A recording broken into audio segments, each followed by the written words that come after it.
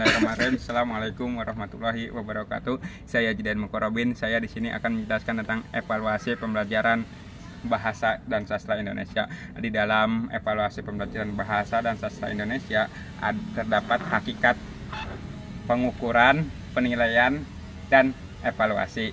Di mana yang dimaksud dengan pengukuran adalah untuk mengukur seberapa kemampuan kita mengenai pembelajaran tersebut, dan yang dimaksud dengan penilaian adalah sebuah proses untuk menilai dengan angka benar atau salahnya gitu kan. Yang ketiga ada evaluasi. Nah, di dalam evaluasi itu adalah semisal kayak mengoreksi gitu kan, dimana kemampuan kita entah itu ada yang salah atau tidaknya gitu kan, untuk menjadi lebih baik lagi.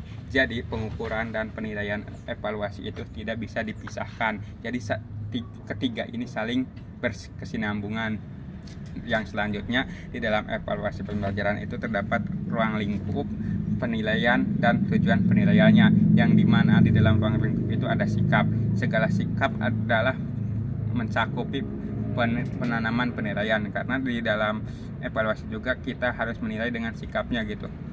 Sikap itu bisa mencerminkan baik atau tidaknya gitu kan. Yang kedua ada pengetahuan. Pengetahuan tersebut adalah untuk mempelajari tentang kemampuan kita memahami materi tersebut. Yang ketiga ada keterampilan. Nah, keterampilan ini adalah untuk mengungkapkan atau sebuah proses yang dimana cara kayak semisal berkomunikasinya baik atau buruknya gitu kan. Yang selanjutnya ada tujuan penilaian berdasarkan Permendikbud nomor 23 tahun 2006. Di sini adalah penilaian yang dilakukan pendidikan adalah untuk menentukan dan mengevaluasi proses kemampuan belajar dan perbaikan hasil belajarnya gitu ya. Penilaian satuan pendidikan adalah mencapai, jadi tujuan penilaian ini adalah untuk mengukur sebuah proses pembelajarannya entah itu tercapai atau tidaknya gitu kan.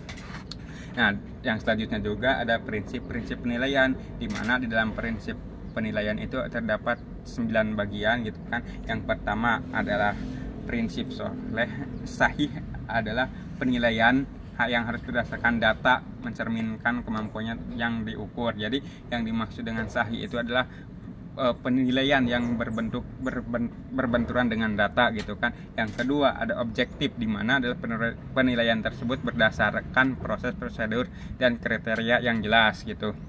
Yang selanjutnya ada yang ketiga adil gitu kan. Kita menilai juga harus adil, yang menguntungkan atau tidak merugikan, yang menguntungkan bagi kita dan tidak merugikan orang lain gitu kan. Yang keempat ada terpadu. Penilaian terpadu adalah merupakan salah satu komponen yang tidak dapat dipisahkan dari kegiatan pembelajaran. Nah, yang selanjutnya juga ada penilaian terbuka gitu kan. Berarti prosedur penilaian, kriteria penilaian dan berdasarkan pengambilan itu harus diketahui gitu kan. Jangan saling tertutup gitu kan. Jadi kita itu menilai orang itu harus terbuka gitu kan, jangan tertutup. Nah, yang selanjutnya ada menyeluruh dan berkesinambungan. Penilaian mencakupi semua aspek kompetensi dan menggunakan berbagai teknik penilaian yang sesuai gitu kan. Nah, yang selanjutnya ada sistematis dan beracuan kriteria dan akuntabel. Nah, itulah yang dimaksud dengan prinsip-prinsip penilaian. Yang selanjutnya di sini saya akan menjelaskan juga teknik-teknik penilaiannya. Jadi teknik-teknik penilaian itu adalah terdapat 2 macam, ada non tes, ada tes. Nah, di sini juga yang dimaksud dengan penilaian non tes adalah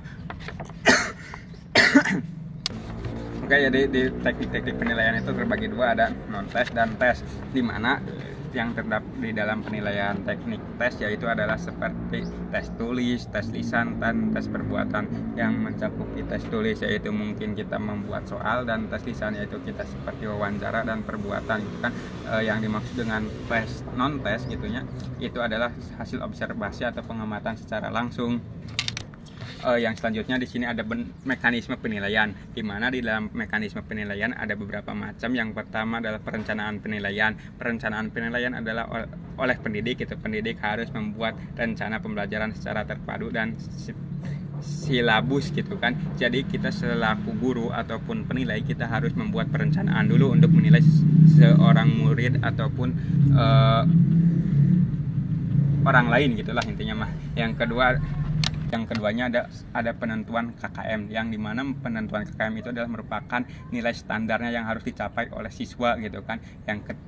Selanjutnya ada analisis hasil penilaian gitu kan, yang dimana harus kita menilai itu harus dianalisis juga oleh pendidik gitu kan, menganalisis tentang kemampuannya ataupun yang lainnya gitu kan. Yang selanjutnya ada tindak lanjut hasil penilaian gitu, yang dimana tindak lanjut itu apakah nilainya sudah termasuk ke dalam KKN ataupun belum gitu. Yang terakhir di sini saya akan menjelaskan bentuk-bentuk penilaian. Bentuk-bentuk penilaian yang pertama adalah penilaian yang dilakukan oleh pendidik dapat kita amati berupa ulangan atau pengamatan, penugasan, itu yang dilakukan oleh tenaga pendidikan. Dan yang kedua ada penilaian oleh satuan pendidik, yaitu ujian sekolah ataupun yang lainnya gitu kan. Yang terakhir adalah penilaian yang dilakukan oleh pemerintah berupa ujian nasional, ujian yang dilakukan oleh pemerintah bertujuan untuk penentuan dan satuan pendidik pertimbangan seleksi peserta didik di jenjang berikutnya gitu kan. Jadi yang dilakukan oleh pemerintah itu hanya satu, yaitu hanya ujian nasional saja gitu kan. Mungkin itu pemaparan atau penjelasan mengenai tentang evaluasi pembelajaran sastra dan Indonesia. Mohon maaf bila ada kesalahan dalam mengucapkan katanya. Billahi fisabilillah, wassalamualaikum warahmatullahi wabarakatuh.